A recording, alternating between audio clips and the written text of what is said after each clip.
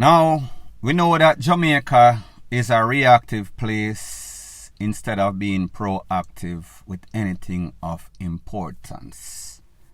However, I want to see how long they are going to take to react now that the government of the United States State Department have issued some sorts of travel advisory against Jamaica. Pretty much it is telling its citizens and residents, do not go to Jamaica if you are interested in your health, if you value your life because of the amount of crimes, more specifically because the health system, hospital, emergency service is lacking, don't exist, woefully inept. Now people, if you live overseas and if you live in a Jamaica, you might look at it two separate ways. If you live in the United States and you are used to the health system, meaning whenever you call emergency 911 119, when you call, depending on what you say, you are going to see the POPO, you are going to see the paramedics, you are going to see the fire brigade, any sort of emergency facility. They are going to show up within a couple of minutes. When it comes to Jamaica, not so much. I don't even know if you have an option to call emergency, except if you are contracted privately to one of those companies for X amount of dollars. So therefore, if you see RASH, if you drop off a ladder and lick your head, don't call 119 and expect anybody is going to pick you up. Just hope that somebody's at where you had your unfortunate incident. Hopefully you can get a taxi. Hopefully you can get a jeep. Hopefully the power might show up and fling you in at the back of them jeep like some sorts of hog and goats. Now, like I said, Jamaica is reactive instead of proactive. However, they react whenever it hits them where it counts. It hits them in at the wallet, in at the pocket, in at the public purse, where they can hustle billions of dollars of US annually. So not only there is the absence of emergency service unless, of course, you're going to pay. Even if you have the money and you go through the admission process at any of these top hospitals, if you are paid by insurance or if you're paying by cash, credit card, whatever, it is going to take forever and a day.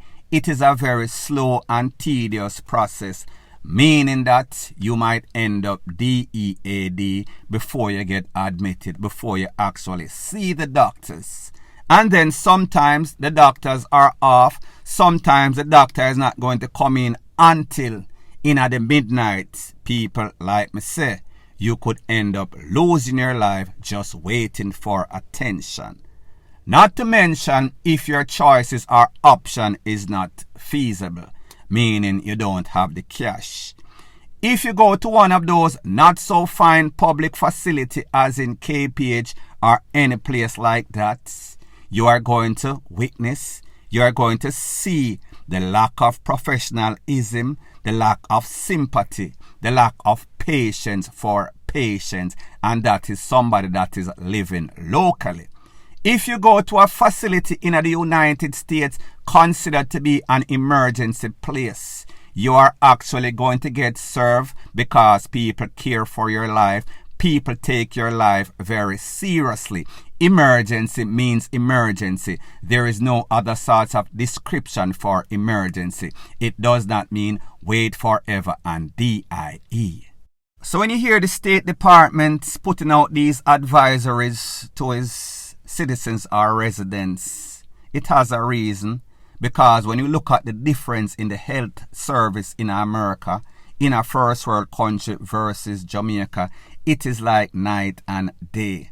So that means that if you live in America or you live in some sort of first world country where the health facility is adequate, and then you come at Jamaica, the first thing that you're going to worry about, what if I get in some sorts of accidents?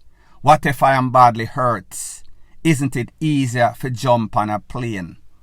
Make some sorts of booking, book a flight, jump on a plane, go through the tedious process and reach back than to rely on somebody, some relative, some taximan, some popo, flinging you in at the back of the jeep to take to one of these not so fine facility. You will end up losing your life just waiting. Have you ever experienced going to one of these emergency places? I have brought somebody there before, and people, trust me, I see tens of hundreds of people just sitting down, waiting, in pain, crying, asking for doctor, asking for nurse. In most cases, you will not get any sorts of favorable response because these people, it seems as if they don't know how to deal with patients. They have zero patience, zero professionalism, zero sympathy for any sorts of patients, no patience for patients.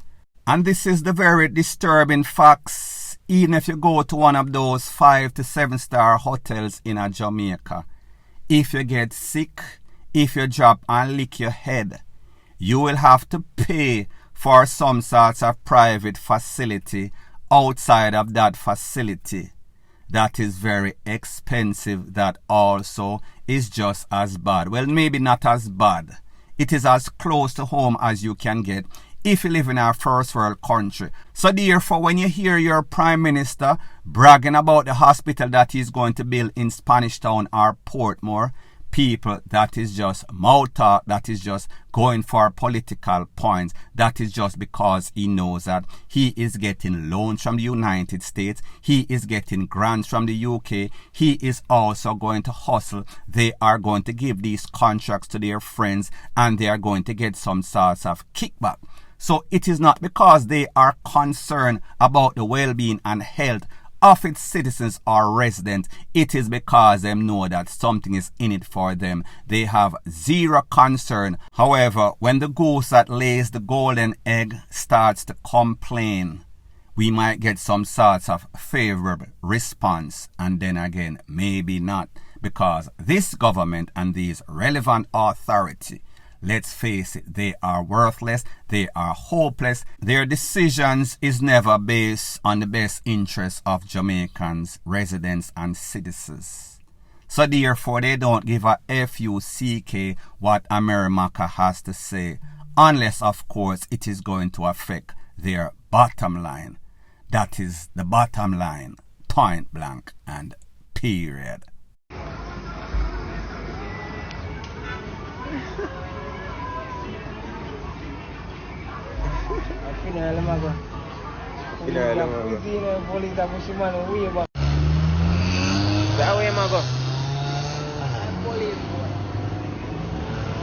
Becky the spot this one. I idiot. A madman.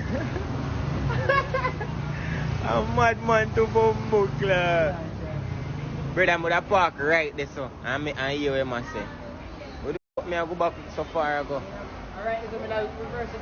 From this one I reverse it, bro. You man look how far man I come from, dog. Where the Bumbukla? Sign this an idea, dog. Dog, and finally free him up. Further on in the news. Now, people, if you live in a decent first world country and you see stuff like this on the road, you would be shocked, you would be appalled, because you could live there for a couple of decades and never see somebody in a public transportation try that, meaning taximan, minibusman. However, in a Jamaica, this is regular occurrence for taximan and minibusman. Why do you think on most of these main thoroughfares, main roads, there's always concrete barriers in the middle of the road for however long it extends for? It is because these taximen, these busmen, minibusmen, and even jolly busmen, meaning the JUTC people, them are drive on the opposite side of the road.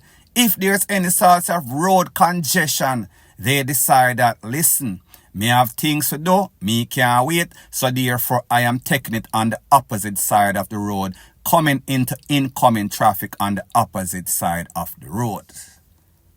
Now, if this was some sorts of popo overseas and him see this, he would probably drug test this driver of this vehicle because he must said to himself, no man, this no normal. Me never see this in a couple of decades being on the force. This man must be mad. He must depend some sorts of oolies or some sorts of spliff laced with lizard tail. Something must be wrong. He must lick him chip. However, this is what these popo encounter on a daily basis. And whenever we think about the mindset of these taxi driver or minibus man, people like this, you must come to the conclusion that they feel as if there's an exception or they are the exception to the rule. They can do what nobody else can do. Only them alone have anything planned. Only them alone supposed to be not inconvenience or inconvenience. The law does not apply to them, and people, they keep doing this over and over, and some of the reasons are these. Because a lot of these minibus, a lot of these taxis are owned by people in the JCF. A lot of these popo, they are taking bribery, they are licky. So therefore, they must have had some sorts of interaction with these people before where they were paid, because this man should not have been left off the hook. This man should have been arrested. His driver's license should have been tested or run, because you and I know if he has the audacity to do something like this, more than likely he has a couple tens of thousands of tickets. Probably the possibilities are point blank and period. So anyways, thanks once again for checking out my video. If you appreciate videos like these, please show your appreciation by liking, commenting, sharing and subscribing to my channel. That is how YouTube promotes videos like these to like-minded, sensible persons like yourself. And last but not least, please subscribe to my next channel. It is called Jamaica Dancehall Source. I'll be pinning the link to that channel in the description of this video. Bless up.